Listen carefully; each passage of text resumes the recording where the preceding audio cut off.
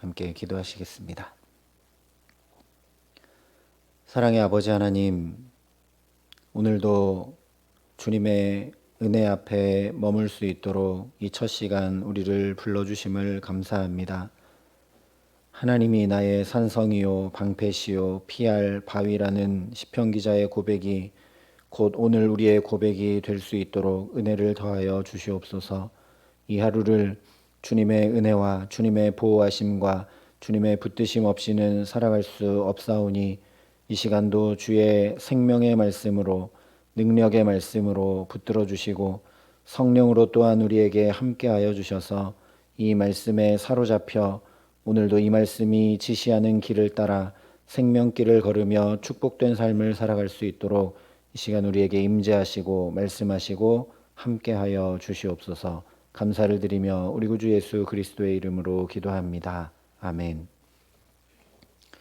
오늘 우리에게 주시는 하나님 말씀은 창세기 34장 13절부터 24절까지 말씀입니다.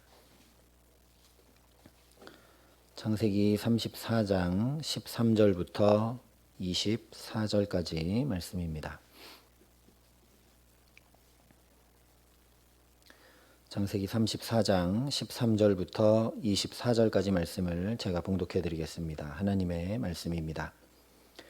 야곱의 아들들이 세겜과 그의 아버지 하몰에게 속여 대답하였으니 이는 세겜이 그 누이 디나를 더럽혔음이라.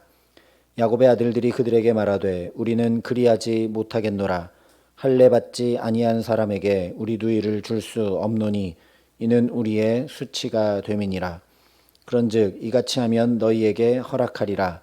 만일 너희 중 남자가 다 할례를 받고 우리 이같이 되면 우리 딸을 너희에게 주며 너희 딸을 우리가 데려오며 너희와 함께 거주하여 한 민족이 되려니와 너희가 만일 우리 말을 듣지 아니하고 할례를 받지 아니하면 우리는 곧 우리 딸을 데리고 가리라. 그들의 말을 하몰과 그의 아들 세겜이 좋게 여김으로 이 소년이 그 일 행하기를 지체하지 아니하였으니 그가 야곱의 딸을 사랑함이며 그는 그의 아버지 집에서 가장 존귀하였더라. 하몰과 그의 아들 세겜이 그들의 성읍 문에 이르러 그들의 성읍 사람에게 말하여 이르되 이 사람들은 우리와 친목하고 이 땅은 넓어 그들을 용납할 만하니 그들이 여기서 거주하며 매매하게 하고 우리가 그들의 딸들을 아내로 데려오고 우리 딸들도 그들에게 주자. 그러나 우리 중에 모든 남자가 그들이 할례를 받음같이 할례를 받아야 그 사람들이 우리와 함께 거주하여 한 민족 되기를 허락할 것이라. 그러면 그들의 가축과 재산과 그들의 모든 짐승이 우리의 소유가 되지 않겠느냐. 다만 그들의 말대로 하자. 그러면 그들이 우리와 함께 거주하리라. 성문으로 출입하는 모든 자가 하몰과 그의 아들 세겜의 말을 듣고 성문으로 출입하는 그 모든 남자가 할례를 받으니라. 아멘. 신앙이 타락하면 신앙을 버리는 것이 아니라 신앙을 이용하게 됩니다. 자기 욕망과 목적과 편의와 필요를 따라 하나님의 말씀도 언약도 구별됨도 성전도 성물도 더 나아가 하나님도 이용하는 것이 바로 신앙의 타락입니다. 인류가 처음 범죄할 때도 마찬가지였습니다. 선악과를 먹으면 반드시 죽으리라 하신 말씀을 먹고자 하는 욕망, 하나님 없이 자기 마음대로 살고자 하는 욕망을 위해 죽을지도 모른다라는 말씀으로 바꾸어 이용했습니다. 말씀이 나를 쳐 복종하게 하고 관역에서 엇나간 중심을 바로잡게 하는 것이 아니라 말씀을 가져다가 임으로 적당히 이용한다는 것입니다. 오늘 야곱과 그의 아들들이 보여주는 모습이 바로 이런 타락의 모습입니다. 13절과 14절이 이렇게 말씀합니다. 야곱의 아들들이 세겜과 그의 아버지 하몰에게 속여 대답하였으니 이는 세겜이 그 누이 디나를 더럽혔음이라. 야곱의 아들들이 그들에게 말하되 우리는 그리하지 못하겠노라. 할례 받지 아니한 사람에게 우리 누이를 줄 수 없노니 이는 우리의 수치가 됨이니라.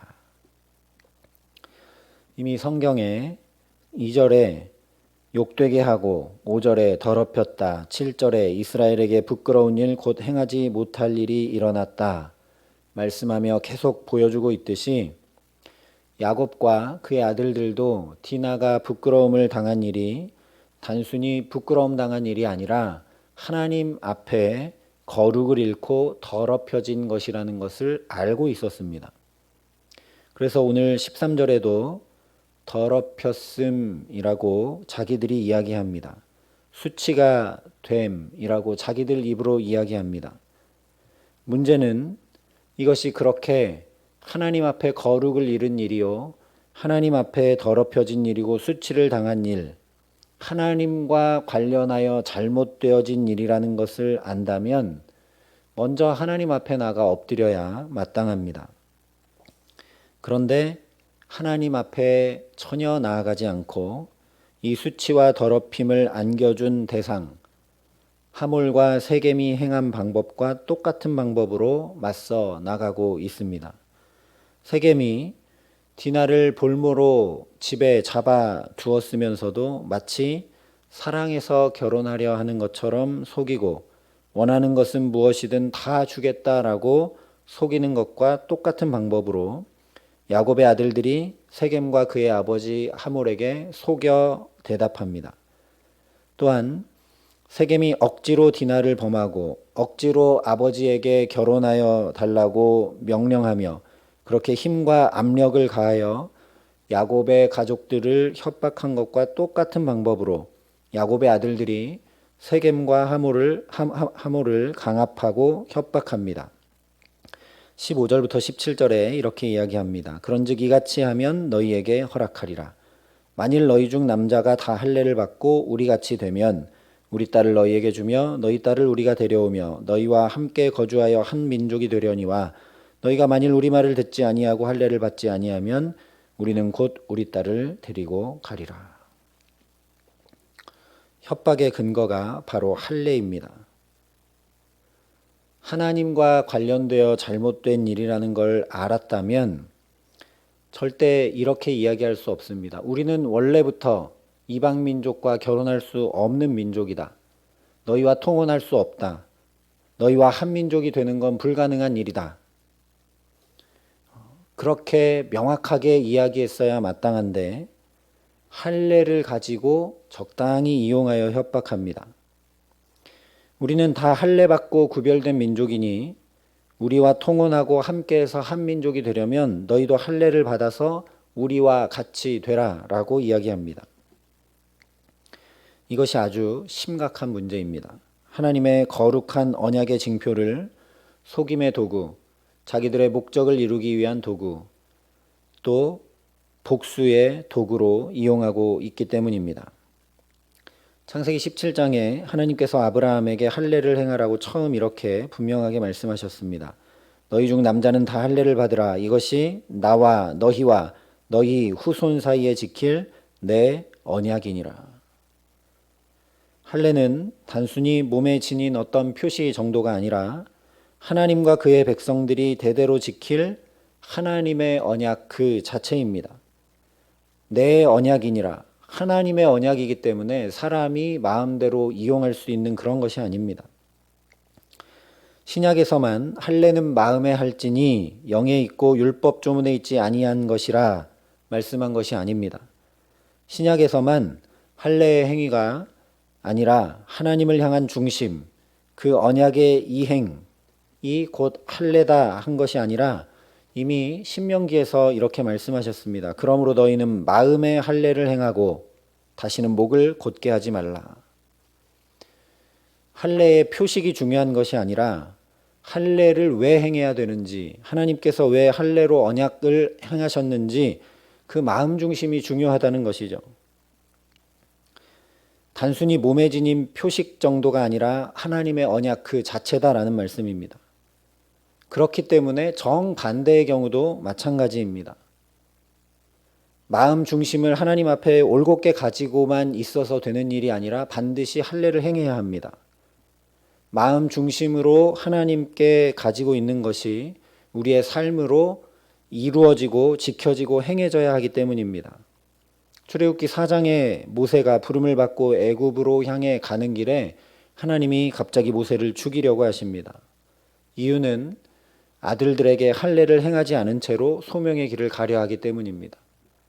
할례 그 자체가 하나님의 언약이기 때문에 모세가 순종하고 애굽으로 가서 이스라엘 백성을 구원하는 소명을 감당하고자 그 마음 중심을 하나님 앞에 똑바로 가지고 가고 있지만 그 마음만으로 되는 일이 아니기 때문에 아들들에게도 할례를 행하여 언약 백성이 되어 언약 백성을 구원해 내야 한다는 것입니다.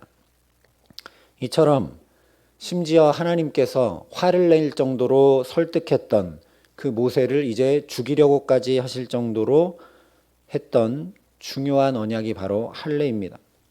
그런데 오늘 야곱의 아들들이 이 할례를 자기들이 좌지우지하고 이용할 수 있는 어떤 도구처럼 복수에 이용하려고 속여서 이야기합니다. 할례가 무엇인지, 할례를 통해 언약하신 하나님이 어떤 분이신지 전혀 알지 못하는 것입니다.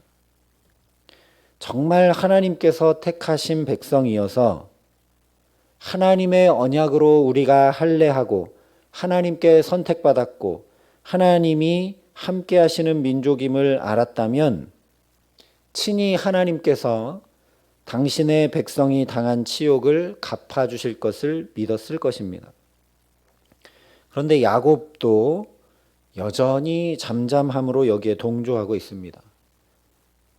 할례를 받아라 하는 것은 명분상으로 옳다고 할 수 있지만 너희와 통혼할 수 있다. 우리 딸들도 너희와 결혼하고 너희 딸도 우리와 결혼한다. 이런 이야기를 할 때 야곱이 절대 안 된다. 우리는 이방 사람들과 결혼할 수 없는 사람들이다. 분명히 얘기해 줬어야 하는데 왜냐하면 자기도 그래서 밧단 아람에 가서 20년이나 살았기 때문에 자기 몸에 새겨져 있는 것인데 전혀 이야기하지 않고 가만히 있습니다. 침묵으로 동조하는 것이죠. 그러자 하몰과 세겜도, 다시 말하면 세상 사람들이 그저 할례를 히브리 민족의 독특한 전통 정도로밖에 여기지 않습니다. 구별됨의 증표, 거룩의 증거를 야곱 가문이 전혀 보이지 못하고 있기 때문입니다. 그래서 18절과 19절이 이렇게 말씀합니다. 그들의 말을 하몰과 그의 아들 세겜이 좋게 여김으로 이 소년이 그 일 행하기를 지체하지 아니하였으니 그가 야곱의 딸을 사랑함이며 그는 그의 아버지 집에서 가장 존귀하였더라. 세겜이 그의 아버지 집에서 가장 존귀했다는 것은 좋은 표현이 아니라 거의 이 세겜 성읍에서 그가 우상과 다름없었다라는 겁니다. 세겜의 말에 따라 이리저리 좌지우지 되는 그들의 상태를 이야기하는 것입니다. 그래서 세겜이 좋게 여겼기 때문에 하몰도 좋게 여겼고 이 소년이 그 일 행하기를 지체하지 아니하자 성읍 사람들도 다 따라 행한 것입니다. 하나님과 언약하고 그의 백성으로 살아간다는 것의 무게와 영광, 거룩과 책임과 믿음의 삶이 무엇인지 야곱의 가문이 이들에게 보여주었다면 그들의 말을 좋게 여겨 그 일 행하기를 지체하지 아니할 수 없었을 것입니다. 할례를 행하려 하지 않았을 것입니다. 할례를 행하면 하나님의 말씀을 따라 하나님과 함께 거룩한 구별된 삶을 살아야 된다는 것을 알았다면 이렇게 하지 않았을 것입니다. 그런데 곧장 돌아가 성읍 모든 사람들을 설득합니다. 20절부터 23절에 쭉 설득하는 내용이 나오는데 특별히 23절에 이렇게 이야기합니다. 그러면 그들의 가축과 재산과 그들의 모든 짐승이 우리의 소유가 되지 않겠느냐? 다만 그들의 말대로 하자. 그러면 그들이 우리와 함께 거주하리라.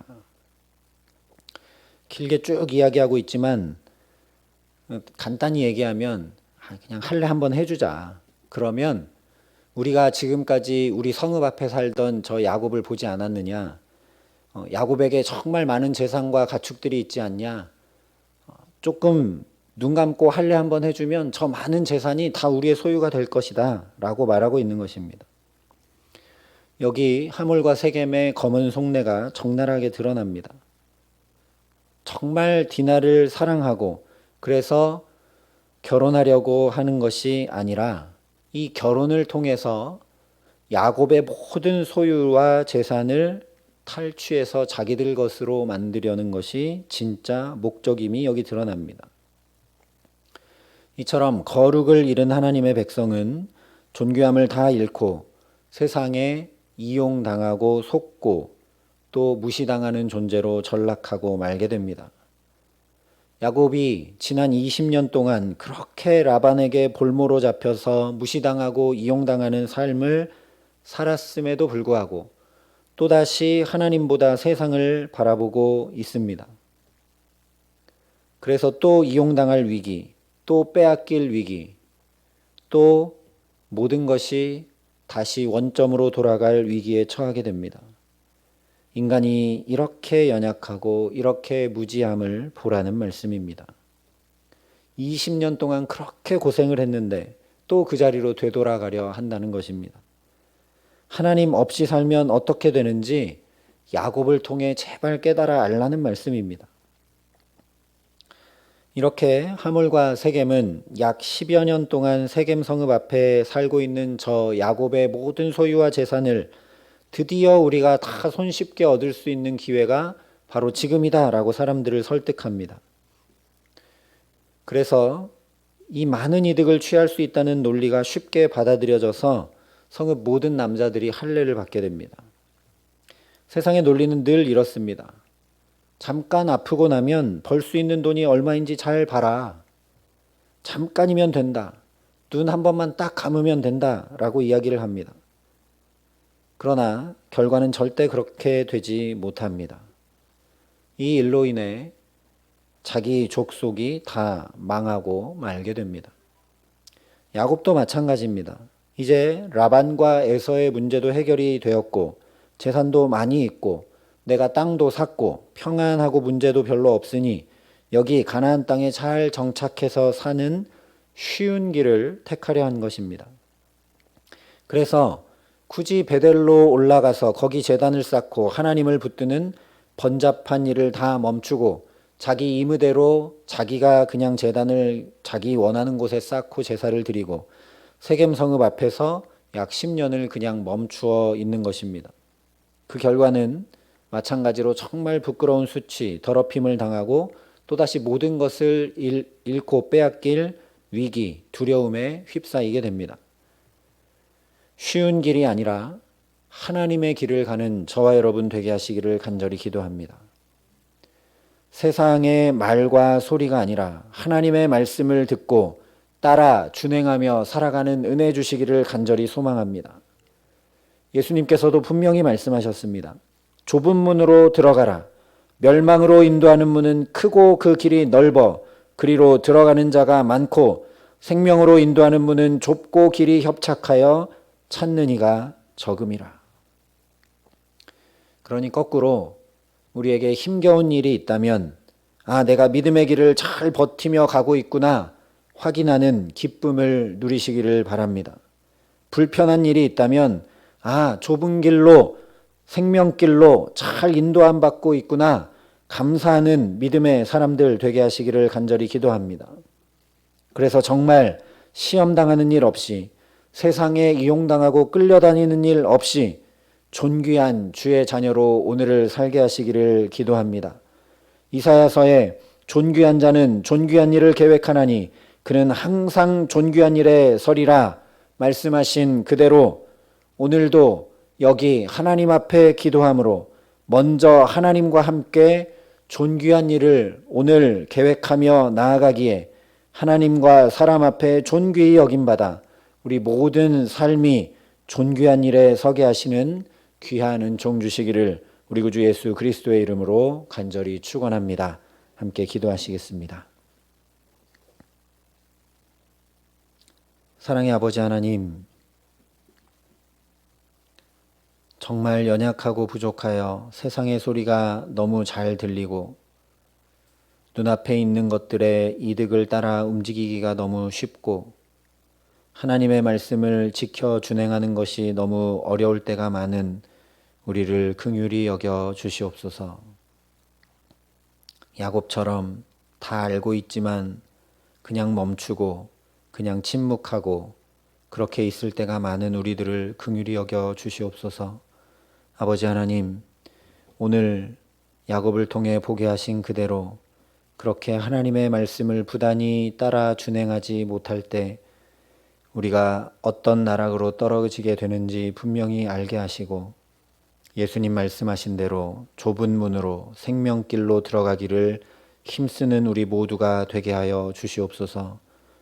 혹 힘겨운 일이 있다면, 눈물 나고 어려운 일이 있다면, 그러니 생명길로 좁은 문으로 잘 인도함 받고 주님 손 붙잡고 잘 나아가고 있다는 사실을 다시 한번 확인하고 기뻐하며 감사할 수 있는 믿음을 우리에게 더하여 주시옵소서.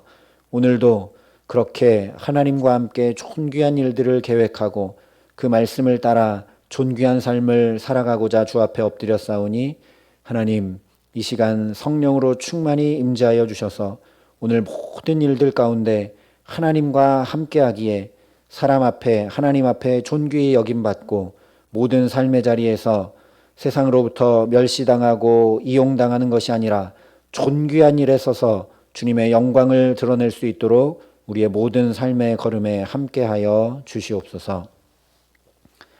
이제는 친히 가장 존귀한 자리에 서며 본을 보여주신 우리 구주 예수 그리스도의 은혜와 그 독생자 예수를 아낌없이 내어주신 아버지 하나님의 놀라우신 사랑하심과 오늘도 우리를 눈들어 하나님 바라보게 하시고 우리 삶의 모든 어려움과 힘겨움 가운데 생명길과 좁은 길을 가고 있음을 확인케 하시는 성령 하나님의 교통하시고 역사하심이 여기 머리 숙여 그렇게 부단히 하나님의 말씀을 준행하며 살아가기로 존귀한 하나님의 자녀로 살아가기로 결단하고 소원하는 여기 모인 모든 주의 성도들과 사랑의 빛교회 모든 교우들과 이 나라 이 민족과 이 귀한 복음을 오늘도 세계 만방에 전하시는 선교사님들 가운데 이제로부터 영원토록 함께 하시기를 간절히 축원하옵나이다. 아멘.